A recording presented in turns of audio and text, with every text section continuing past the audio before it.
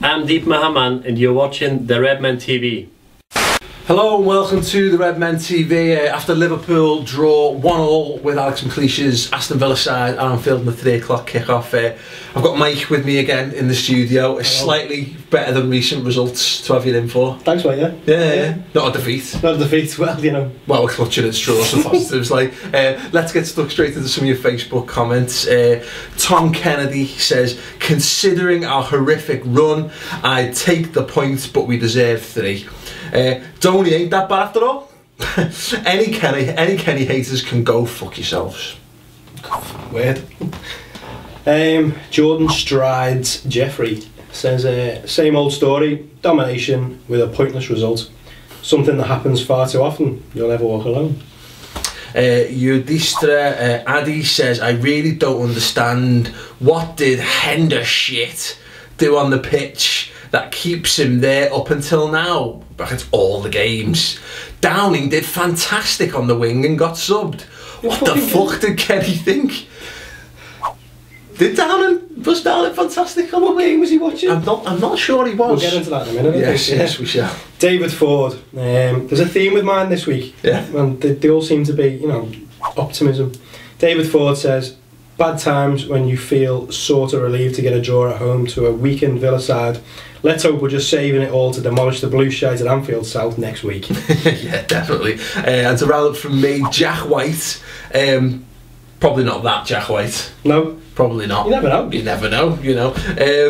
Another performance in which we ultimately deserved to win, but didn't show any urgency until the final 10. Kenny needs to drum it into them that they have to give 110% for the full 90, not the final 10. You'll never walk alone. Yeah, I agree. Liam Fairbanks, he says, very proud. All the players tried their hearts out, bar a few. The result is bad, but a draw is better than a loss. I told you these were optimistic. And as the guy said last week, it doesn't even hurt anymore. It really doesn't at all. Dalglish will turn it around. We were unlucky again. Keep the faith. Justice for the 96.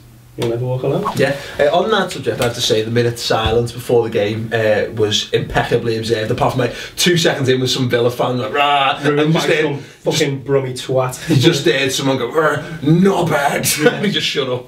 So yeah, I was. In fairness to the Villa fans who were around, as well, they all turned around and told him to shut up. Well, that's it. Like, yeah. So I think they did a good job of clawing that back. But no.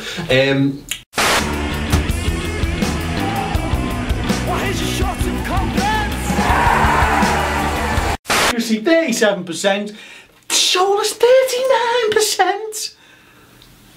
Are you fucking having a laugh? Outstanding. Obviously Mary stepped out for 2 seconds, that, or it's all gone horrifically wrong. Onto the matters on the pitch. Yeah, you know, wasn't a defeat, but for 70 minutes of that game, it looked, for all intents and purposes, like we were dead and buried. Yeah, we were. Well, first half was abysmal. Yeah, but I don't think abysmal's. The word I use, and I don't know whether this actually made it through to Twitter thanks to the wonderful lack of signal at Anfield, but clueless was the way I said it. We didn't look to have a game plan at all. I mean, there was that very early, once again, very early, and we had a nice little interplay down the left and down and got wide, and we had fellow was alluding to. Yeah, maybe that was it. Maybe he turned off. Maybe he fell asleep after that. We had a couple of chances, but it was nothing. We never looked like we had an idea of how to go about creating chances. From the defence forward, I think we said on the way home, didn't we? There's no organisation. No one seemed to know what the other person was going to do. It feels like, and we've discussed this. We discussed this today, and we discussed it in the past, that it almost looks at times like Kenny's going, "You're good players. Get out there and show them what you can do," instead of like, and I'm not drawing up the Rafa debate again, like, but at least, and to be honest, at least, and Hodgson as well, the players were very drilled in certain ways. Now Hodgson drilled them in pointless, shitty, antiquated football, but it's never a bad basis to have. I felt once again like it was sort of like it was being left to the players. We don't have a game plan. No. There's no game plan. There's no structure to it, is there? It definitely felt that. Now, of course, we're probably being maybe. I don't even think we're being overly critical there. I think when we made the substitutions, they changed the game for us. We certainly looked a lot more a lot more adventurous, a lot more exciting once the changes were made. I thought Shelby had a very good performance. I did.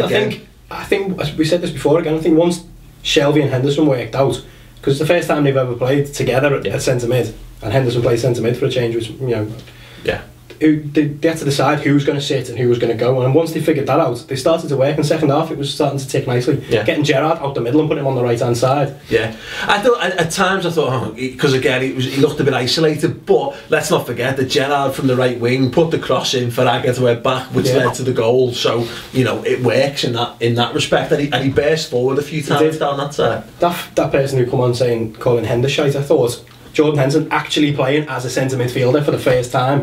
I can remember for a full game this season. I thought he had one of his better games, and he was pulling some strings in the second half. I think certainly first half. To say Henderson was shit in the first half would be unfair to single him out, because no one played Liverpool playing red. Because they were all shite. Exactly. Whereas I think when we started to look good in the second half, Henderson in the middle of the park, he was getting it, he was moving it on, he was picking some good passes out, he was getting involved. I mean, at the time when they scored their goal, and I have to say, magnificent finish. Once again, and anyone who thinks that someone said it was Donny's fault for flapping. He's done. It's at the length, it's full length. His reach. He gets a touch, he takes it off their player's head. I think maybe Henderson probably should have slid in on the edge of the box, but I don't think that's in his game. I don't know. Let's not take nothing away from the finish. It's a great finish. It's a great finish. I think you've got to say. But as I say, going back to our goal, great cross from Gerrard. Danny Agger, great to see the dagger back in the side. We have missed you, Daniel. But having him come on at left back, Enrique had an absolute stinker. And I think that's being harsh to Gash, to be honest with you, because I'm a big fan of Gash in the right context, but no, I think anyway, he was bad. He just looked how many times he'd get forward and he had no idea what he was meant to be doing with it, and so many times he just sloppily punted the ball down the field as well. It wasn't again, I feel weird singling anyone out for criticism, but I think if you had to single someone out, Enrique was probably I think Enrique's performance has been building to this, though, haven't it? Over the past couple of weeks. Or the other way around. Definitely. We looked a lot better when Bellamy was on the pitch, when Carroll was on the pitch. Carroll looked like what kind of player he should be for us. It should be a £10 million impact. The causes panic in their box, and he does that. He causes not that he's actually going to do anything, but he makes defenders think twice, and he creates a lot more opportunities for other people, because you're thinking Andy Carroll is the main danger man there, and it allows people like Skirtle to nick around the back and Agger to pick up space and stuff. So, but the problem is he costs £35 million, and everyone expects a £35 million player. It's what Rafa said in the evening with Rafa Benitez. He said that Carroll's a very good option, and that's what he should be. It just, as I say, he's being hung by the £35 million noose at the minute. Who was the man of the match for you then, Mike? Well, as not sticking to what I always say after every game, but Martin Skirtle was exceptional again at the back. He was. I have to agree with that. But I'm going to stick my neck on the line, and I'm actually going to stick my neck on the line and say Jordan Henderson. Yeah, you've stuck your neck on the line big time. If you agree with Mike, let us know. If you don't agree, and you will be in your droves disagreeing, because some people just don't like Jordan Henderson, regardless of his performance today. Martin Skirtle, I can't really see past Martin Skirtle. I thought he was back to his best, or at least getting back there. He's had some real sticky performances the last sort of 2 or 3 games. It was great to see him step back up again. Probably buoyed by Daniel Agger coming back. Thank you. Thank fuck. And Shelby played well. Great to see Suarez get a goal, but I don't think he had a particularly great performance. Dirk Kuyt showed the rest of our team what they should be doing, closing down and causing. When you press high, you press their goalkeeper and centre half, it makes them make mistakes. Let's not mention his finishing though. Oh god. Fucking hell. That was a Steve Stone-esque miss of the season, that one. 2 yards, 2.5 being fair to him. Yeah, I know. That's unforgivable. And we had the woodwork again. Really? Shocker. Shea Given pulled out a couple of weldies. Shocker. Goalkeeper has good performance at Anfield. But no, it's a shame, because we should be getting 3 points at Anfield, but you can't. Sometimes you can't just turn these things around overnight. We've been in an abysmal, a shocking, and absolutely frightening run of form. We stopped the rot, haven't we? We stopped that, and that's it. That's exactly it. We've stopped the rot today, and it's not what people will expect us. People expect us to overnight be fucking amazing. Getting a draw, if we can get another decent result against Blackburn, that's actually, although they're relegation fodder, going away to Blackburn could be a tricky one on Getting Tuesday. a result there is, yeah. There's definitely going to be one eye on the FA Cup for the weekend, and that's how you maintain motivation and stuff. But Bellamy's back, Johnson's apparently very close to being back, Daniel Agger's back. That's the key, I think. That is key to how we set up and how we play. So no, I think things are starting to look, if not up, they're not looking down so much anymore. So I think we need John back, don't we? Because I think Everton next weekend will target John Flanagan. Flano was limited again today. I thought he coped nicely, and when we get forward, he knows where he's meant to be. You've got to put things into perspective. Exactly, he's a kid. He's an 18-year-old, and he's not the finished article by any stretch. He's not even a man yet, like Kelly is. Kid. He's a very good kid. Yeah, I can't argue with that. But yeah, I think we definitely need Glenn Johnson, because whilst Glenn Johnson has his detractors, he is a quality player at the end of the day, and especially what he offers going forward. We've completely lacked, because Enrique doesn't have that going forward.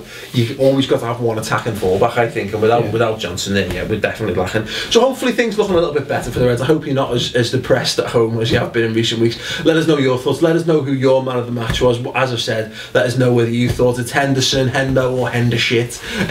Did you think Dan had a good game or not? Did you agree with Addy there or not? Let us know your thoughts. Don't forget to share the link to the video as well. Before I go, I must mention there's a Hillsborough to Anfield run going on in aid of the Hillsborough Family Support Group and the Hillsborough Justice Campaign, which is a rarity actually, because there's a lot of sort of issues between the two groups. But basically a fantastic cause, and you should really you can donate 96p by going to the web address that I am printing on the bottom of the screen right now. Just donate 96p. As I said before the game, get your karma right in time for the semi-final on Saturday. Do your good turn for the week, absolutely, and support an absolutely phenomenal cause. Some brilliant people who are obviously putting their bodies on the line for a truly worthy Liverpool cause. Absolutely. Yeah, thanks very much for watching. As always, we're back slightly later next week we'll be back with a Blackburn reaction, but of course the main show and the Everton preview will be a little bit later because of the Blackburn game, and hopefully I will have a Bambino by the time. Fingers crossed for me. Everybody out there, keep your fingers crossed for me and the missus. It may end up just me and Chris doing the show, then you're in trouble. Yeah, look forward to that one. Yeah, thanks very much for joining me, Mike. As always, if you want to follow Mike, he's _Axter on Twitter, or you follow. I'm expecting some abuse about me comments. Some stick, but you know what? Fuck off, bring it on, because he's a Liverpool player. You're meant to be supporters, so fucking support. If the management thinks he's not good enough, trust them to send them packing in the sun, which they won't. No. Guaranteed. Right now, 110%. But Henderson will be a Liverpool player next season, so deal with it. Anyway, thanks very much for watching. I'll see you after Blackburn on Tuesday. Ta-ra.